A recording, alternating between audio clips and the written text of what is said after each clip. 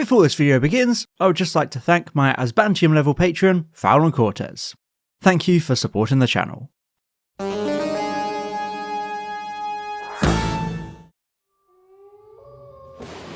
It's Halloween, one of the greatest seasons of them all. As we open ourselves up to the night, we embrace the creaking floorboards and the breaths on the backs of our necks. It's the ultimate season of horror. And one of the best parts of Doctor Who is its own history of horror, because yes, I've got to incorporate everything into Doctor Who. Can't wait for Easter Doctor Who special next year. Top 10 Easter egg scenes in Doctor Who. I think there's only like one. Happy Easter! But I don't know, Who Culture would probably be able to make a 10-minute slot video out of that. Anyway, Doctor Who horror. Statues that move. Terrifying aliens from the depths of space. Cyborgs from parallel worlds. This sci-fi show is rich with its horror influences, scaring kids around the world for over 60 years now. But few, if any, Doctor Who writers have nailed horror as much as Steven Moffat. By far the second most prolific writer of the modern show, with his 50 episodes spanning 3 decades. Only current showrunner Russell T Davies has written more, due to his 15 episodes since his return in 2023. You like it? No. Moffat was born just 2 years, nearly to the day, before Doctor Who began, and he quickly fell in love with the show, becoming a terminally online fan during the 80s and 90s, just like all of us are now. So maybe you will become a future Doctor Who showrunner once you stop being pedantic in the comments about the name Warner Brothers and start writing some goddamn stories. Despite becoming well known for sitcoms like Press Gang and Coupling, Moffat always maintained his connection with the Doctor Who fanbase, ultimately writing the 1996 short story Continuity Errors and the 1999 comic relief sketch The Curse of Fatal Death. They're not breasts, okay? They're Dalek bumps. And the rest, as they say, is history, as he was brought into the very fan-led writing staff of 2005 Series 1 and became Doctor Who's King of Horror. On the 11th of November 2004, the 350th issue of long-running Doctor Who magazine was released, featuring an interview with Steven Moffat in which he reflected upon his own love of the show and claiming that the show was irresponsible to scare children like himself with Tomb of the Cybermen. In retrospect, this feels deliberately tongue-in-cheek by Moffat, considering by that point he had already written The Empty Child and The Doctor Dances, his debut full TV story and widely regarded as one of the most terrifying and nightmare-inducing stories in the show's entire history. Are you my mummy? As it saw a creepy gas mask wearing child stalking our protagonists during the height of the Blitz and turning victims into gas mask zombies like himself through an absolutely terrifying visual. So it's safe to say Moffat was definitely being cheeky regarding the idea of the show deliberately setting out to frighten children. I didn't even watch that story when it came out, and I still had nightmares until I was a teenager. Thanks, Moffat! But this sense of pure horror was one of the biggest strengths Moffat brought to the first so-called Russell T Davies era, as all of his stories shone as some of the scariest of their series. He understood the importance of treating the young target audience with respect, terrifying them and creating scary, memorable monsters without ever going too far or treating them like, well, the kids that they were. He always kept it mostly PG, and it worked wonders for making Doctor Who compelling TV for all ages. He created incredible monsters like the Weeping Angels and the Vashta Narada, turning everyday concepts like statues and shadows into haunting villains, and the show thrived with this kind of storytelling. Despite being a lifelong fan, Moffat had been quite harsh on the quality of a lot of stories he had grown up with. Even though he loved it, he himself admitted he could never really recommend or use Doctor Who as an example of great TV to any of his peers in the industry. And it's clear then that he saw the 2005 revival as his chance to change that, to make Doctor Who something truly great and for it to shed the embarrassment of its past. And the fact we're all here right now shows that he definitely succeeded in that. Yes, alongside showrunner Russell T Davies and fellow lifelong fans like Robert Shearman, Paul Cornell and Mark Gatiss, Moffat helped to bring Doctor Who into the 21st century to huge success. The show was more relevant than ever. It was all over UK TV, shops and playgrounds as the coolest and most popular thing in years. And due to the popularity of Moffat stories in each of the 4 series under Davies, it was clear who would take over the show during the 2010s. Mark Gatiss. No, I joke. That's the scariest thing in this whole video. This is indeed a disturbing universe. Although, actually, he and noted transphobe Gareth Roberts almost had their own revival of Doctor Who shortly before Davies's and, it kind of rivaled it. So, glad we don't live in that very mid-timeline. Anyway, Moffat became the new showrunner to shepherd Doctor Who into the big bad 2010s, and it didn't take long for him to once again show off his old tricks. The Weeping Angels came back, a terrifying crack in the universe haunted the Doctor, and the 11th Doctor era saw some of the show's most horror-focused episodes like The Doctor's Wife, The God Complex, Night Terrors, and Hyde. Whilst not written by Moffat, as showrunner he had the main influence as head of production, so he was in control of this approach to fantastical horror. And the biggest mark Moffat would leave for Doctor Who horror during this period was yet another fantastic monster, the Silence. Silence will fall. One of Moffat's best traits as a writer is how he forms his monsters out of very simple rules. Things like not looking away and staying out of the shadows, making creatures like the Weeping Angels and Vashta Nerada very simple but very effective, and giving kids an easy way to imagine and play out their own stories on the playgrounds. The Silence are another example of this rule-based horror. Much like the Angels, the Silence operate under the rule of needing to be observed. To look away means to completely forget them.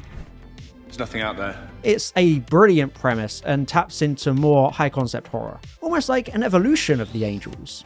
The rule was the same. You can't look away, but the consequences and implications are more elaborate. The Silence puppeting all of human society from the shadows, rather than just being a sinister monster.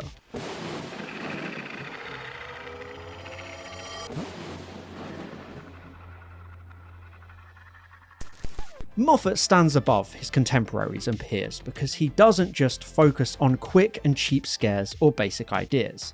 He integrates so many layers beneath the horror that even someone like Davies can often struggle with. And by far the peak of Moffat's vision as a horror writer is the 12th Doctor's era, which is absolutely full of horror stories and atmosphere, continuing to build upon the layers he'd introduced in the years earlier. There were still the obvious scary elements like spiders, ghosts, zombies, and haunted houses, but the horror shifted into deeper, more conceptual and thematic narratives. And this is where he shows his mastery of the horror genre, showcasing the sheer amount of range he can write for. During the first Davies era, it was about the thrilling, atmospheric, but ultimately pulpy and exciting horror with memorable monsters. During the 11th Doctor era, there was that shift into the monsters not being as important as their effects on the characters around them. The 12th Doctor era saw the final metamorphosis into more high-concept horror, Moffat's tenure as showrunner having grown up with its audience. Right from the beginning, Series 8's Listen challenges whether there needs to be a monster at all, or whether we scare ourselves more than anything by imagining what could be lurking in the dark. The scariest aspect of Dark Water isn't being converted into a Cyberman, it's a single, chilling line about feeling yourself being cremated after you die. Don't cremate me!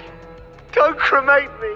Throughout the Capaldi era, the focus wasn't on horror as it's traditionally shown. It was horror on a deeper level. Last Christmas and Extremis both force you to confront how you perceive your own existence and whether you can trust anything anymore. Stories became more reflective. Things like loneliness, grief, ethics, and even entire political systems became the horror highlights. The implication of the Doctor being trapped in a tailor-made prison for billions of years, forced to punch his way through Diamond to escape, is the kind of psychological and existential horror that haunts you far longer than a monster like the Weeping Angels. But even for those kinds of horror fans, Moffat includes his own grim take on the immortal snail, an entity that follows relentlessly at the same consistent pace, but never once slowing. whilst you do. The horror comes not from the supernatural or the extraterrestrial. Instead, it comes from within. The greatest horror is the horror within. As Moffat's era of Doctor Who grew up with its viewers, it reached the same conclusion we all do, one way or another. There are scarier things than those that go bump in the night. For me, all the core aspects of Moffat's horror proficiency lie incredibly early on in his time as an official Doctor Who writer, and it's not even a television story. With the success of Series 1, there was a huge multimedia drive to market the now highly desired brand of Doctor Who. If something could be turned into a toy, they would sell it, even if that meant it being Burnt Cassandra. Comics, books, magazines, action figures, the UK market was flooded with Doctor Who products. And it was no different for annuals, a distinctly British phenomenon where every Christmas time, brands release a hardcover book similar to a magazine. Doctor Who had these. In 2006, there was a unique challenge. With the launch of the Doctor Who Adventures magazine, there were two different magazines aimed at Doctor Who fans. The titular Doctor Who magazine for the more mature fans, and Adventures for the younger fans. So when it came to annuals, which were traditionally for children, the decision was made to offer an alternative Doctor Who annual for slightly older fans, focusing purely on original illustrated stories rather than the activities and basic articles of the annual. Thus was born the Doctor Who Storybook, a series of 4 story collections featuring contributions from writers of the TV show and novels. The first edition, released in July 2006, had a star-studded lineup of writers such as Mark Gatiss, Tom McRae, who had written Rise of the Cybermen and Age of Steel, Robert Shearman, who had written Dalek, Nicholas Briggs, who was a Dalek, and, of course, the Grand Moff himself, Big Steve. And it's Stephen Moffat's story that changed my life without me ever realising it at the time. At the end of the 2007 Doctor Who storybook, you will find the short story Corner of the Eye. Right from the beginning, you can see it's different to anything else in the book. It's presented entirely in the format of an instant messaging conversation between Tom and his wife, Kathy. Tom seems impatient with Kathy, who seems to have forgotten what they've apparently talked about countless times. It's then that he prompts her to describe where she is, which causes her to panic because she realises she can't see or feel anything. And then Tom tells her, and us, a story. A story about how one day he caught a glimpse of a strange, small, bald man right behind him. Just a glimpse. Just catching it out of the corner of his eye. Tom continues with the horrifying realization that this small bald man had been in every single photo ever taken of him. If you looked hard or long enough, you would find him lurking just behind Tom for every chapter of his life.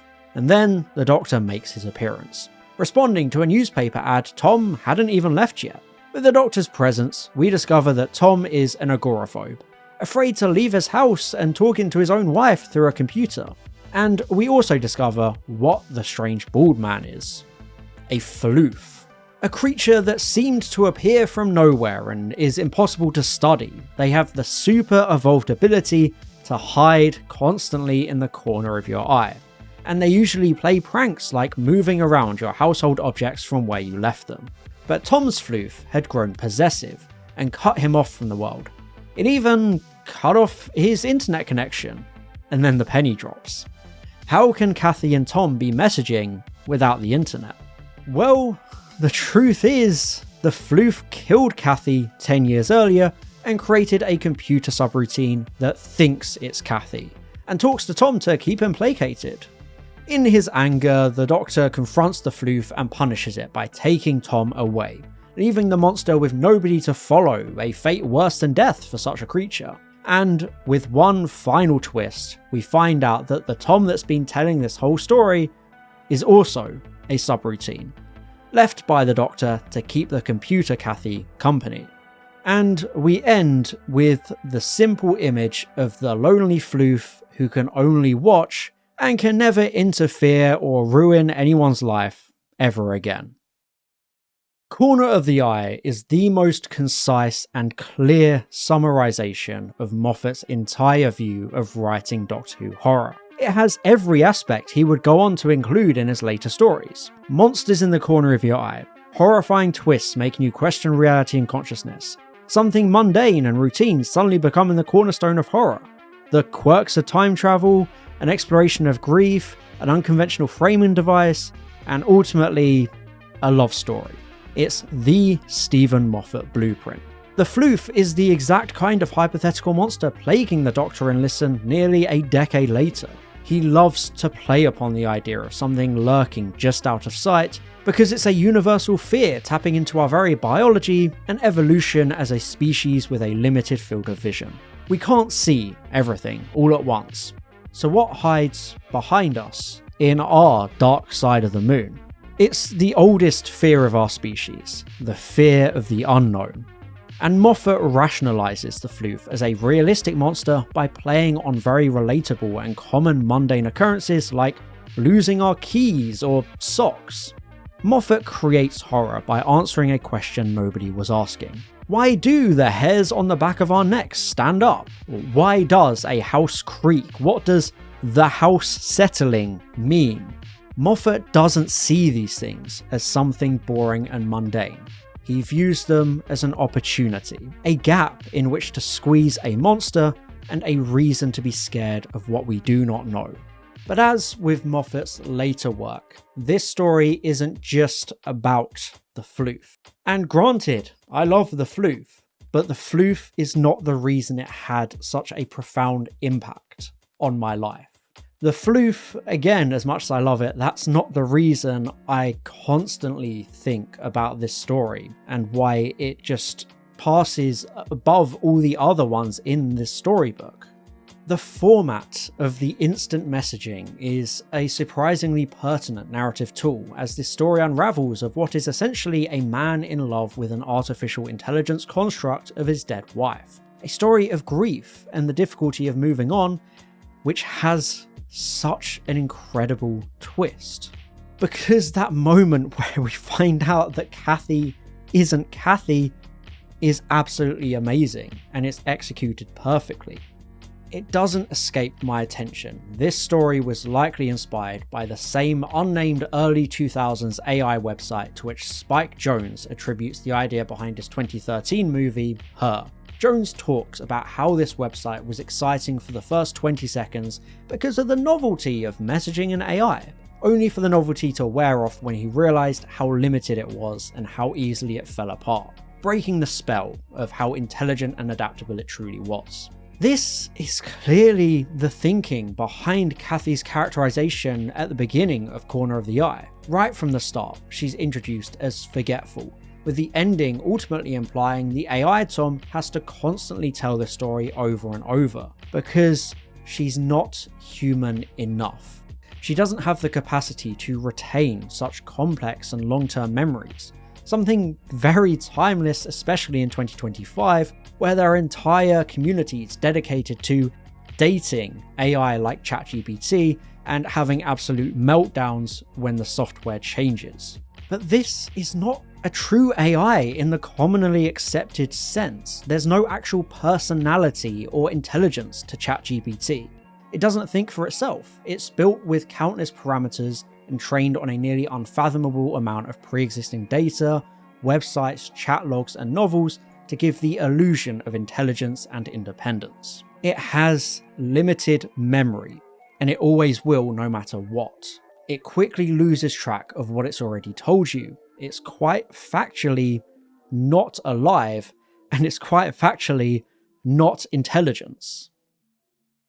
But with Kathy and later stories like Forests of the Dead and Extremis, Moffat questions where the line truly is between alive and AI. In those stories, we follow simulated equivalents of characters and their very real feelings as they discover the simulations they're within. The former story even sees River Song's consciousness being uploaded to the library as a way to save her file, even if the physical River died. It's therefore up to us to question whether she's real or not. Even after finding out he's been talking to a simulated wife for 10 years, Tom still considers Kathy real because of the emotional connection to her. As he points out, she's been his wife for those 10 years. She said the things Kathy would say. She's had the same presence on an emotional level that the human Kathy had been. Moffat intentionally blurs the line with her characterization throughout as she believes she's feeling loneliness, fear, confusion, other genuine human emotions, which unbeknownst to her, she's incapable of feeling. Which prompts the question that underpins so many Moffat stories. What does it mean to be real? Which in turn invites a sense of existential horror. How do you know you're real and not a simulation like Kathy is? Even if she's just code, she doesn't know that. She feels real in her own simulated consciousness. We see other examples of this too, where Clara doesn't accept that she's dreaming in Last Christmas. Bill doesn't see herself as a Cyberman in The Doctor Falls. But at least with Kathy's story, we get an optimistic ending with Tom feeling it's only right and moral to give Kathy an equal simulated companion to keep her company. As Hyde, a story heavily driven by Moffat behind the scenes, boldly claims, "This isn't a ghost story, it's a love story." Moffat is a firm, unwavering supporter of the power of love to banish the darkness and overcome the very same horrors he creates. In The Doctor Dances, the phrase, "just this once, everybody lives," is a triumphant declaration because of its rarity within Doctor Who. A series where the Doctor usually wins at a great cost. But Moffat is a very bloodless writer, in sharp contrast to the kinds of narratives and monsters he weaves. Even in stories like Blink or companion departures like the Ponds, Clara and Bill, he finds a way to give deaths an optimistic slant, which has bred great controversy, even from myself. Oh, well, that's all right then! But that's an important part of being a horror writer. If the heroes can never win or have a happy ending, where does the thrill come from? A lot of horror media like Saw feel cheap with unwinnable odds. I feel like there's an unspoken rule of fairness required for the audience to truly enjoy something. We want to root for people to escape, and if they can never escape, then what's the point? Of course, that doesn't mean the heroes always have to make it out. We just don't like to be told that, oh yeah, you made it out? Yeah, no, psych, you could never have made it out, you're dead anyway. That just doesn't seem fair. Moffat simply chooses for his heroes to always survive, because he wants to believe that there's always the capacity for a good ending. We live in unprecedented times, where real-world horror is constantly closing in on us. Everywhere we look, governments are collapsing or turning on their own people. Countries are tearing themselves apart with racial tensions, and each day another corporation exploits and extorts an aspect of our life, pricing us out of the basic human rights of heating our homes, drinking water, and feeding our families. The state of the real world is more horrific and monstrous than any Moffat story could ever be, and it's clear he knows that. He wants to show us that the Doctor is the man who stops the monsters because no monster is unstoppable. It's not that Moffat believes in some magical power of love. He believes in the human spirit and our ability to overcome anything.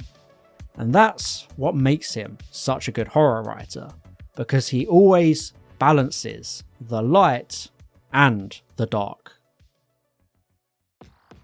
Stephen Moffat is Doctor Who's king of horror for very good reasons, and I don't even think it's close. There are, of course, a plethora of fantastic horror stories and writers in the show's history, but none come close to the sheer consistency of Moffat throughout his 20 years writing for Doctor Who on TV. He balances subgenres perfectly, while still retaining his core voice of optimism and morality, punctuating all these horror stories with such deep themes. And of course, he just knows how to create terrifying, memorable monsters that scare us regardless of age. I mean, gas masks still freak me out. We all give a bit of side-eye to statues in case they move. Don't blink. We can't see tally marks without thinking of the silence. So many regular, mundane things have been turned into monsters so brilliant we still think of them years after their last appearances. Moffat is just an expert at writing horror for all ages, There's always something to get out of it, and the peak of it all is that idea of hope without cheapening the horror. Every time I think of horror in Doctor Who, Moffat is somehow involved. I could imagine him, chipping in with emails to Davis about midnight, or secretly sitting in the corner of the episode wearing a green screen morph suit to hide. Maybe he's the real Midnight Entity. But on that bombshell, what do you think of Moffat as a horror writer? He is also Doctor Who's king of controversy, so I expect the comment section to be a battlefield. So that's all from me. I hope you enjoyed this video. Thank you all very much for watching, and as always, I'll see you in the next one. Happy Halloween. Wait, wasn't there something on here just now?